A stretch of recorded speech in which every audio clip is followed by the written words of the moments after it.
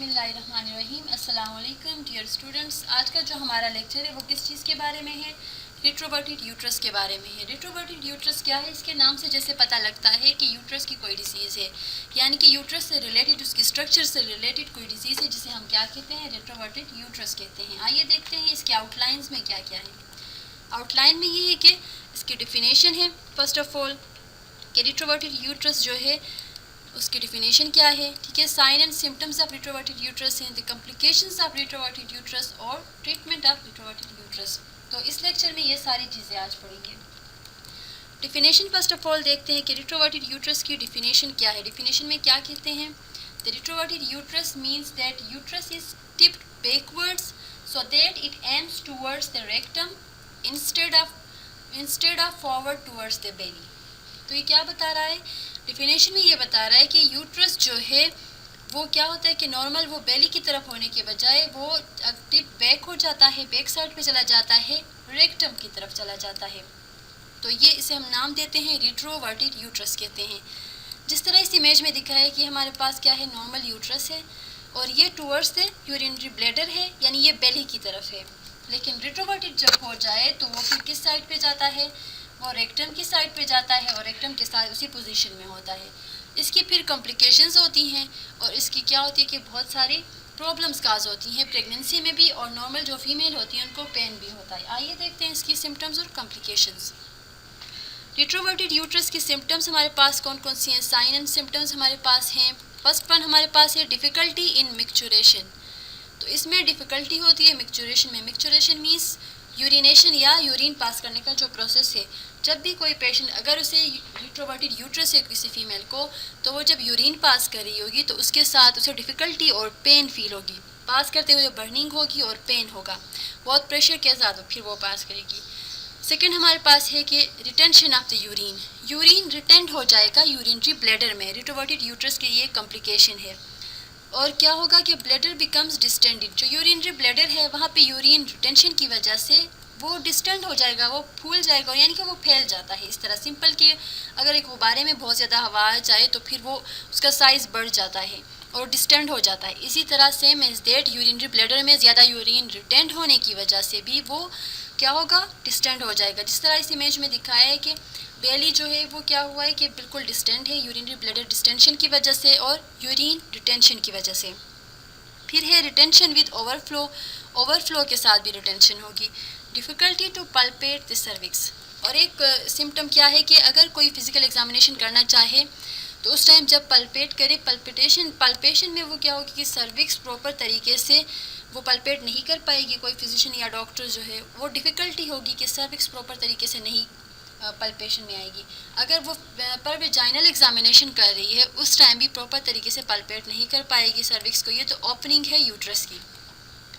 इस इमेज में ये दिखाया है कि नॉर्मल जो यूट्रस है वहाँ पे ये ओपनिंग इस तरह होती है, लेकिन जो हमारे पास रिट्रोवर्टेड यूट्रस होगा उसमें ओपनिंग की डायरेक्शन इस तरह होगी, यानी कि इंटीरियर परफोरेशन है। या इंटीरोवर्टेड यूट्रस है, पोस्टीरियर परफोरेशन है, लेकिन रिट्रोवर्टेड में हमारे पास क्या है, इंटीरियर परफोरेशन हो जाएगी। ठीक है स्टूडेंट्स।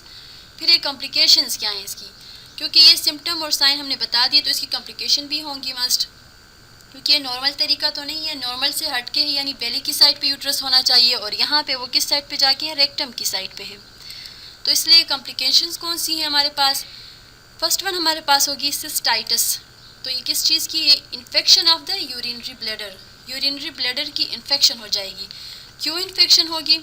क्योंकि बहुत सारा यूरिन रिटेंट जब हो जाता है रिटेंशन की वजह से, तो यूरिन में क्या होती है, हमारे पास माइक्रोब्स भी होते हैं, बहुत सारी इस तरह की केमिकल रिएक्शंस की वजह से वेस्ट प्रोडक्ट जो है यूरिया वगैरह वो प्रॉपर तरीके से वेस्ट नहीं होगी, यानी कि उसकी यूरिनेशन नहीं होगी, एक्सक्रीट नहीं होगी, तो फिर sloughing of the mucous membrane, यानी म्यूकस मेम्ब्रेन की इन्फ्लेमेशन हो जाएगी और साथ में वहाँ पे क्या होगी, इन्फेक्शन हो जाएगा, इन्फेक्शन फैल जाएगा। Women suffer from high temperature, क्योंकि इन्फेक्शन में हमें पता है कि इन्फेक्शन की वजह से फर्स्ट साइन हमारे पास क्या आता है, हाई टेम्परेचर ज़्यादा हो जाएगा।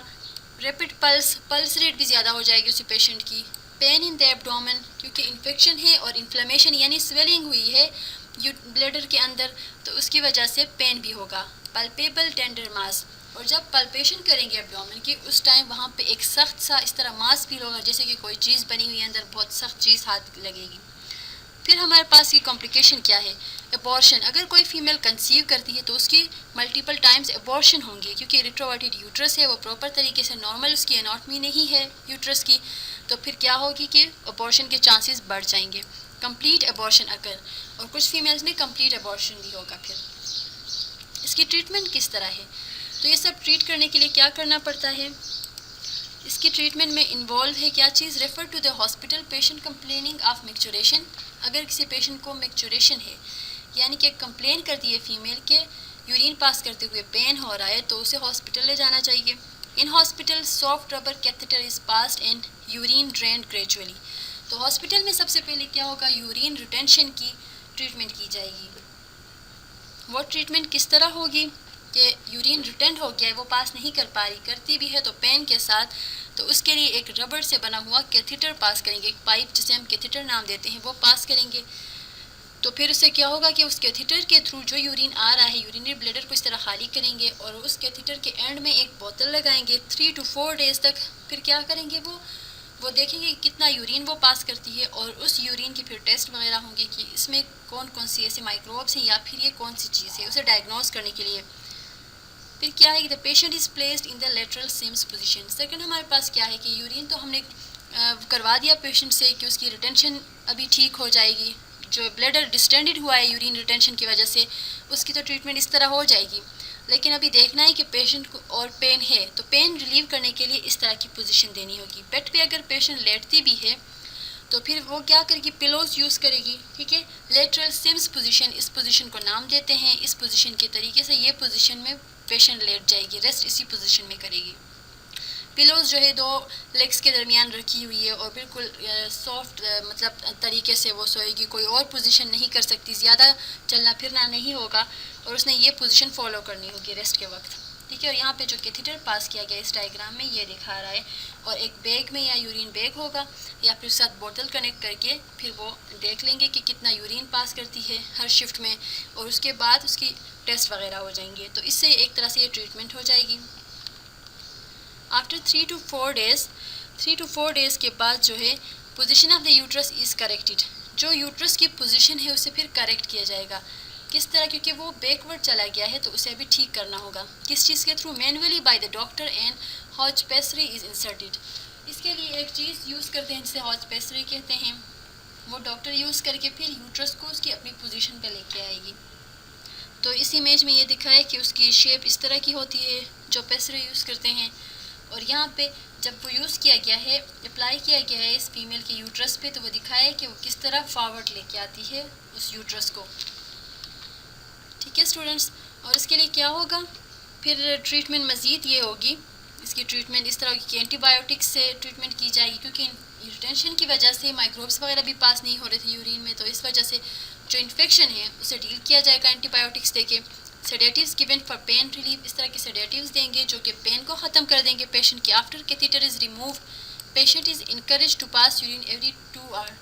तो जब कैथेटर रिमूव कर देंगे हॉस्पिटल में तो पेशेंट को ये इनकरेज करेंगे कि वो हर 2 घंटे बाद यूरिन पास करें, ताकि क्या हो कि यूरिन की रिटेंशन ना हो, ठीक है students.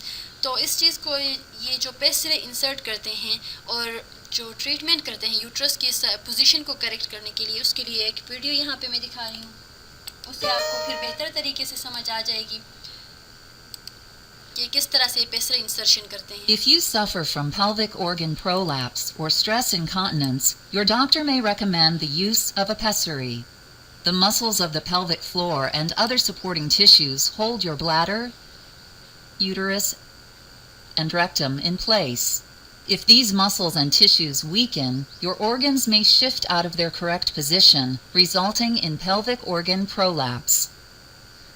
A pessary is a device you can insert into your vagina to support and lessen the stress on your bladder and other pelvic organs. तो ये पेसरी क्या है, ये एक तरह से डिवाइस है जो कि आप यूज़ करते हैं, इंटरनल जो ऑर्गन्स हैं यूट्रस वगैरह, उनकी पोजीशन चेंज हो जाए तो उनको अपनी पोजीशन में वापस लाने के लिए।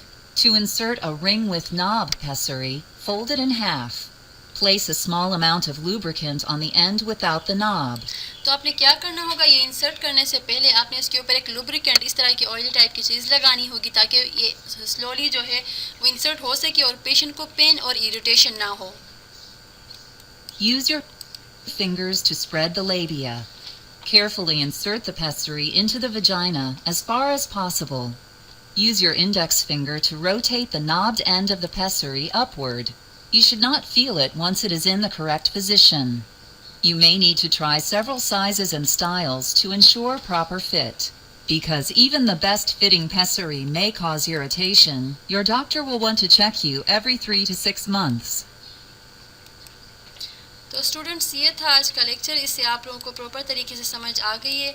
इंशाल्लाह नेक्स्ट लेक्चर में आपके साथ हाजिर होंगे. तो तब तक के लिए अल्लाह हाफिज़. और अगर कोई क्वेश्चन है तो आप लोग कमेंट सेक्शन में पूछ सकते हैं. और फिर भी आपको समझ ना आए तो आप क्या करें कि आप आके कांटेक्ट कर सकते हैं.